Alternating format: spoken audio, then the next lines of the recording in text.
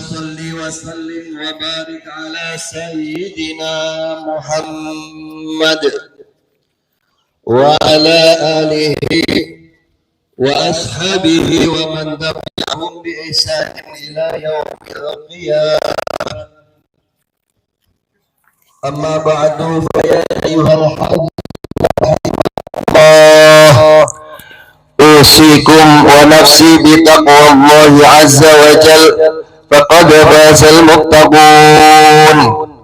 وقال الله تعالى في كتابه الكريم: أعوذ بالله من الشيطان الرجيم.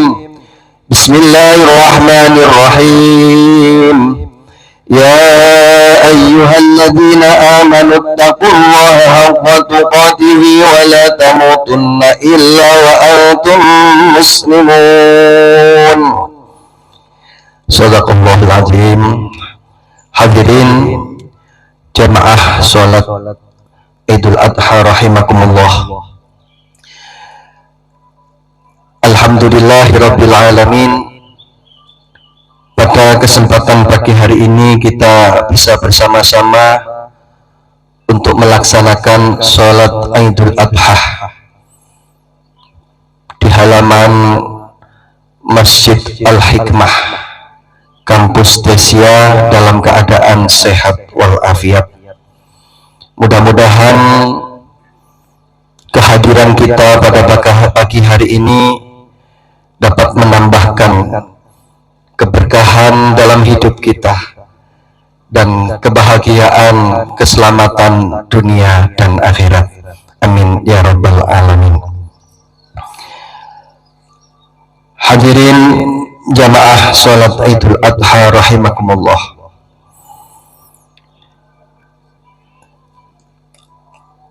Idul Adha tersusun dari dua kata. Yang pertama adalah kata al-id yang artinya kembali. Yang kedua al-adha artinya pengorbanan atau perjuangan. Dengan kata lain, pada hari ini kita semua kembali kepada semangat pengorbanan, gelora perjuangan demi tegaknya agama ini, demi tegaknya agama Islam, li'i'la'i kalimatillah, sebagaimana yang telah diperankan oleh sang fenomenal Nabiullah Ibrahim alaihissalam. Dengan ketegaran hati beliau menerima titah Allah subhanahu wa ta'ala untuk menyembelih putra tercintanya, yaitu Nabi Ismail alaihissalam, yang telah lama ditunggu-tunggu kehadirannya. Nama Nabi Ibrahim diabadikan oleh Allah subhanahu wa ta'ala dalam Al-Quran sebanyak 61 kali, melampaui beberapa nabi dan rasul termasuk Nabiullah Muhammad sallallahu alaihi wasallam. Julukan yang diberikan oleh Allah subhanahu wa ta'ala kepada Nabi Ibrahim juga banyak. Salah satu di antaranya, Nabi Ibrahim mendapatkan julukan Khalilur Rahman, kekasih zat yang maha pengasih lagi maha penyayang. Nabi Ibrahim juga memiliki gelar, memiliki julukan Khalilul Azmi, atau Nabi pilihan, Nabi yang memiliki kesabaran dan ketabahan di dalam menghadapi ujian dan cobaan yang diberikan oleh Allah subhanahu wa ta'ala.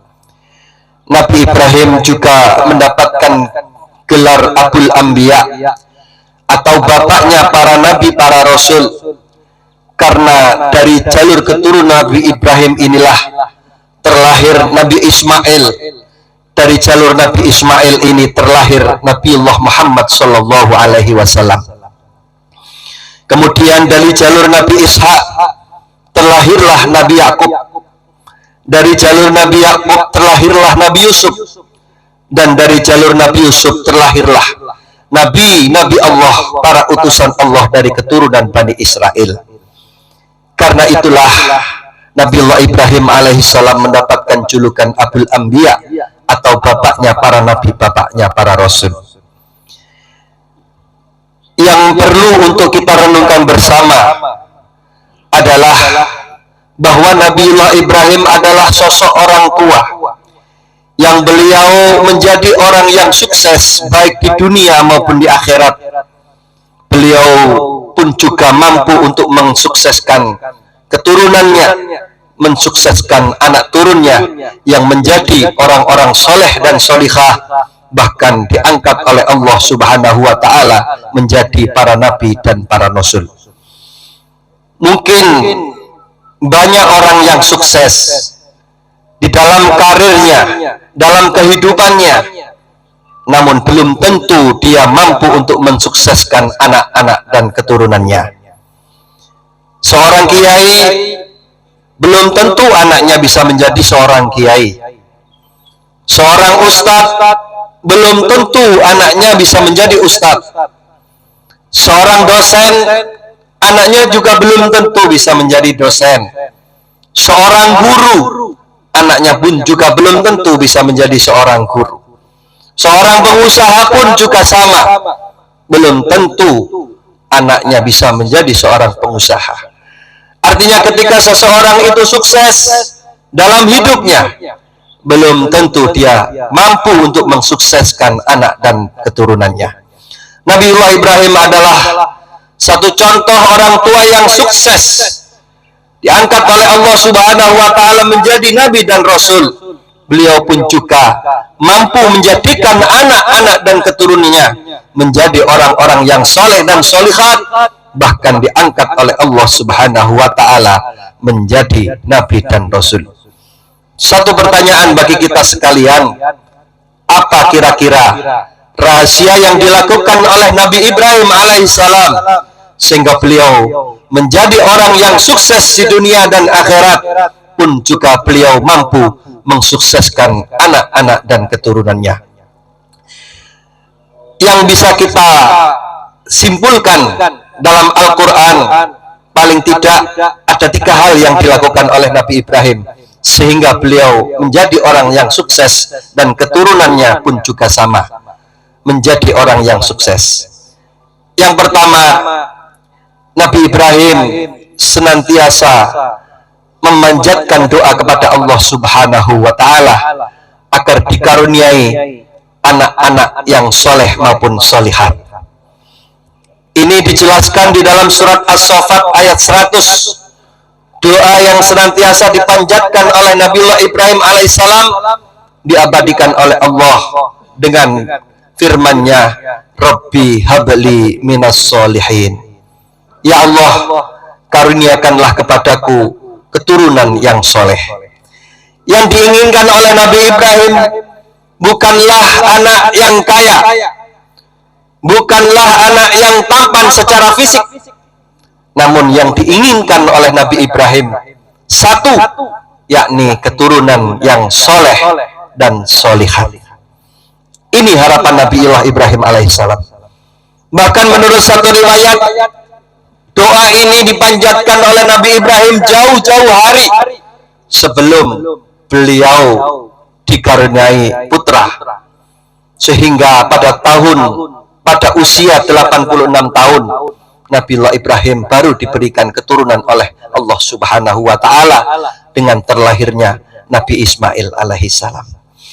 Ini adalah tugas kita sekalian sebagai orang tua, manakala kita ingin menjadikan anak kita orang yang sukses di dunia dan akhirat, menjadi anak yang soleh dan solihah, maka langkah yang pertama kali sebagai orang tua harus kita lakukan adalah berdoa kepada Allah Subhanahu wa Ta'ala.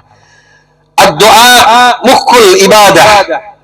Doa itu adalah intisari dari ibadah, sehingga perlu kiranya kita sebagai orang tua senantiasa mendoakan anak-anak kita, khususnya di saat setelah kita sholatul maktubah atau di saat-saat waktu mustajabah, yaitu waktu di pertengahan malam hari yang terakhir. Hadirin, jamaah salat Idul Adha rahimakumullah. Doa kita sebagai orang tua sangatlah dibutuhkan oleh anak-anak kita. Lebih-lebih itu doanya seorang ibu. Maka doanya seorang ibu adalah doa yang sangat dekat sekali dengan diijabainya Allah Subhanahu wa ta'ala. Maka dari itu, doa yang senantiasa kita panjatkan kepada anak-anak kita berupa bacaan suratul Fatihah yang kita tujukan kepada anak-anak kita, dan juga doa-doa yang lain sebagaimana doa yang dipanjatkan oleh Nabiullah Ibrahim, Rabbi habli minas sholihin. Sudahlah seharusnya kita lakukan dalam kehidupan kita. Yang kedua, kunci sukses Nabiullah Ibrahim menjadi orang yang bahagia di dunia dan akhirat, juga mampu untuk membahagiakan anak-anak dan keturunannya, adalah perhatian beliau di dalam masalah urusan pendidikan. Hal ini pun juga dijelaskan oleh Allah Subhanahu wa ta'ala di dalam surat Ibrahim ayat 35 yang berbunyi, A'udzubillahi minasyaitonirrajim, Bismillahirrahmanirrahim. Wa idh qala Ibrahimu Rabbij'al hadzal balada amina wajnubni wa baniya an na'budal asnam. Dan ingatlah ketika Ibrahim itu berkata, berdoa, ya Allah, jadikanlah negeri Mekah ini negeri yang aman, dan jauhkanlah diriku dan anak turunku dari menyembah berhala. Ini adalah doa yang dipanjatkan oleh Nabi Ibrahim, di mana Nabi Ibrahim tidak rela kalau dirinya dan anak-anaknya, kalau dirinya dan keturunannya menjadi penyembah berhala, menjadi orang-orang yang tersesat di dalam pendidikan. Maka dari itu, kita sebagai orang tua, di samping kita mendoakan anak-anak dan keturunan kita, faktor pendidikan adalah sesuatu yang harus betul-betul kita perhatikan. Lebih-lebih pendidikan dalam masalah akhlakul karimah, pendidikan dalam masalah agama. Boboknya negeri ini bukan karena SDM-nya yang rendah, bobroknya negeri ini bukan karena tidak adanya orang yang cerdas dan pintar, akan tetapi persoalan masalah moral, persoalan masalah akhlakul karimah, persoalan masalah akhlak ini yang tidak begitu diperhatikan, sehingga dengan keinginannya mereka bisa melakukan apa saja asalkan bisa memenuhi kepuasan hawa nafsunya. Maka dari itu, bolehlah kita menjadi apapun dalam kehidupan ini, namun jangan sampai kita lupakan akan akhlakul karimah, jangan lupakan akan pendidikan agama. Misi yang paling utama Rasulullah diutus di muka bumi ini adalah untuk menyempurnakan akhlak. Bu'istu liutammima makarimal akhlak. Aku diutus di dunia ini untuk menyempurnakan akhlak. Kita tahu sendiri bagaimana kondisi zaman ini. Anak muda dengan pengaruh yang sangat luar biasa, lebih-lebih ketika hadir yang namanya HP, hadir yang namanya gadget, sudah begitu luar biasa pengaruhnya. Kalau di kampung kami, Jombang, Mojowarno, anak-anak usia SMA, SMP, itu sudah mulai jarang sekali yang mau ngaji. Beda dengan waktu mungkin kita masih kecil dulu. Banyak sekali anak-anak yang berangkat untuk mengaji, baik itu waktu ba'da asar, ba'da maghrib, atau ba'da isya. Tidak peduli apakah itu masih di MI, di SMP, atau di aliyah, atau di SMA. Bahkan sudah perguruan tinggi pun masih mau untuk mengaji. Kalau sekarang, Masya Allah, di kampung kami sangat sulit sekali mengajak anak-anak untuk ngaji. Itu terbukti di lembaga kami sendiri, di mana setiap orang tua selalu kami berikan pesan bahwa tugas kami di sini adalah mengajar dan mendidik anak-anak agar mengerti dalam urusan agama, agar mereka mengerti dalam urusan akhlakul karimah. Namun ketika mereka berangkat dari rumah, itu bukan tanggung jawab kami, itu adalah tanggung jawab orang tua untuk mengawasi apakah anak-anak itu betul-betul berangkat pergi mengaji dan sampai kepada tujuannya. Jangan-jangan mereka hanya pamit untuk berangkat ngaji, namun ternyata tidak sampai di tempatnya ngaji, tapi ada di warung wifi. Ini sangatlah membahayakan dan memprihatinkan. Belum lagi persoalan masalah pergaulan bebas. Masya Allah, saya ini sampai prihatin. Kejadian akhir-akhir ini Masya Allah luar biasa. Anak SD sudah melakukan perbuatan yang sudah tidak seharusnya dilakukan oleh anak-anak yang usianya kecil.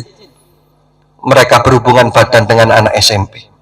Atau bahkan yang masih viral barusan ini, seorang anak berhubungan badan dengan ibunya sendiri. Ya Allah, na'udzubillah min dzalik. Seorang ayah dengan anaknya sendiri yang sekarang sedang digali oleh kepolisian. Ini kan sesuatu hal yang sangat ironis sekali. Mungkin di zaman kita waktu dulu hal ini sangat jarang sekali terjadi, bahkan mungkin tidak ada. Tapi sekarang hampir setiap berita itu menjumpai hal-hal yang seperti itu. Belum lagi persoalan permasalahan saling membunuh antara yang satu dengan yang lain. Masya Allah, ini adalah merupakan satu tanggung jawab kita bersama. Sebagai orang tua, kita harus rela untuk berkorban. Waktu kita memperhatikan pendidikan mereka, kita harus rela untuk berkorban mengawasi anak-anak kita dengan siapa mereka itu bergaul, dan kita harus mau untuk berkorban melihat apa yang sedang mereka lakukan. Karena dengan sedikit lengah, anak-anak kita bisa terjerumus dalam pergaulan bebas yang pada akhirnya kita sebagai orang tua akan menyesal sendiri. Sementara dalam hidup ini tidak ada yang kita harapkan ketika kelak kita sudah berjumpa dengan Allah Subhanahu wa Ta'ala selain anak-anak dan cucu kita. Merekalah anak-anak yang kita harapkan untuk senantiasa mau mendoakan kita, baik kala kita sudah meninggal dunia maupun ketika kelak kita di alam akhirat. Mereka adalah investasi kita, investasi yang sesungguhnya tidak hanya di dunia ini, namun investasi sampai kelak kita di yaumul qiyamah. Hadirin jamaah salat Idul Adha rahimakumullah. Yang ketiga, rahasia Nabi Ibrahim menjadikan putra dan putrinya orang-orang yang sukses, karena Nabi Ibrahim sangat memperhatikan dalam persoalan masalah kesejahteraan anak-anaknya. Nabi Ibrahim rela untuk jalan dari Palestina ke Makkah dalam kondisi padang pasir yang tandus, panas yang luar biasa. Itu beliau lakukan demi untuk menghidupi anak-anak dan cucunya. Di samping itu, Nabi Ibrahim adalah orang yang sangat dermawan. Kedermawannya Nabi Ibrahim sangat luar biasa. Ini kalau dibandingkan dengan kedermawanan manusia di zaman saat ini, kayaknya sudah tidak sebanding. Karena di dalam kitab Miskatul Anwar dijelaskan bahwa Nabi Ibrahim ketika Idul Adha, beliau itu menyembelih 1000 ekor kambing, 300 ekor sapi, dan 100 ekor unta. Coba kalau ini kita hitung, jikalau kambing itu harganya sekarang 3 juta, maka 3 juta kali 1000 itu sama dengan 3 miliar. Kalau harga sapi sekarang 20 juta, Nabi Ibrahim korban 300 ekor sapi, maka Nabi Ibrahim sama dengan mengeluarkan uang 6 miliar. Kalau unta itu harganya 40 juta, Nabi Ibrahim korban 100 ekor unta, maka yang dikeluarkan oleh Nabi Ibrahim adalah 4 miliar. Maka kalau dijumlah korban Nabi Ibrahim dalam hari raya Idul Adha sejumlah 300 miliar. Coba ini kalau kita angan-angan, maka sangatlah eman kesempatan bagi kita sekalian di saat Idul Adha seperti ini, kita tidak ikut berpartisipasi dalam merayakannya, yaitu berupa mengorbankan hewan, baik itu berupa kambing ataupun sapi. saking pentingnya kita berkorban di saat Idul Adha seperti saat ini, ada ulama mengatakan jikalau tidak mampu untuk membeli kambing atau bahkan membeli sapi, maka paling tidak kita juga mengikuti iraqatud dam, kalau dalam bahasa kitabnya mengalirkan darah, yaitu menyembelih apapun yang ada, yang penting pada saat itu darahnya bisa kita alirkan, baik berupa ayam, berupa itik dan lain sebagainya. Tapi bukan berarti bahwa dengan menyembelih ayam, menyembelih itik kita itu juga berkorban, bukan. Tetap paling tidak berkorban itu dengan menggunakan seekor kambing paling minimal. Namun karena saking pentingnya, kita juga ikut berpartisipasi mengalirkan darah. Kalau yang ada itu bisa kita alirkan darahnya ayam, maka ya itulah yang bisa untuk kita lakukan. Maka ibadah kurban ini adalah ibadah yang paling utama, di mana jikalau kita mau bersama-sama untuk menyembelih hewan kurban, itu pun di saat kita mempunyai dana atau mempunyai bekal yang bisa kita belikan seekor hewan kurban. Hadirin jamaah sholat Idul Adha rahimakumullah. Dan yang paling penting, kedermawanan Nabi Ibrahim dijelaskan dalam kitab Nasoihul Ibad.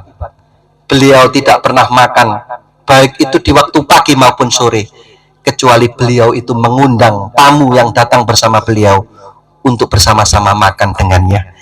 Ini satu contoh betapa dermawan Nabi Ibrahim, sehingga beliau sangat jarang sekali atau bahkan tidak pernah makan sendiri, kecuali beliau bersama-sama dengan orang lain yang diajak untuk makan bersama-sama.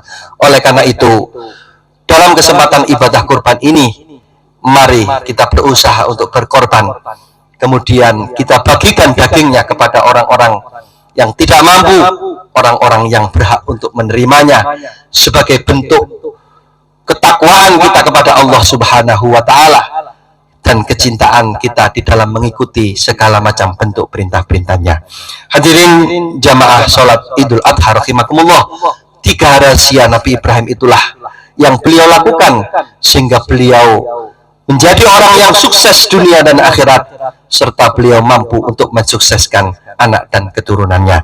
Semoga kita sekalian mampu untuk mencontoh apa yang telah dilakukan oleh Nabi Ibrahim, sehingga anak dan cucu kita, anak dan keturunan kita betul-betul dijadikan anak yang soleh maupun solihah, anak yang dapat kita banggakan baik di dunia ini, terlebih lagi menjadi kebanggaan kita di alam akhirat nanti. Amin amin ya rabbal alamin. Barakallahu li wa lakum fil Qur'anil azim wa nafa'ana wa iyyakum bima fihi minal ayati wa dzikril hakim wa taqabbal minni wa minkum tilawatahu innahu was-sami'ul alim. Aqulu qouli hadza wa astaghfiruh innahu wal ghafurur rahim.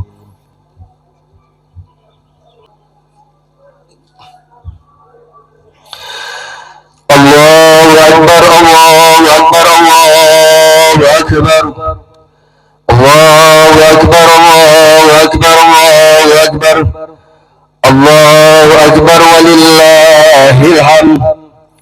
Alhamdulillah, alhamdulillahilladzi ja'ala hadzal yawma 'idan lil muslimin wa ja'ala fi qulubil muslimina bahjatan wa surura.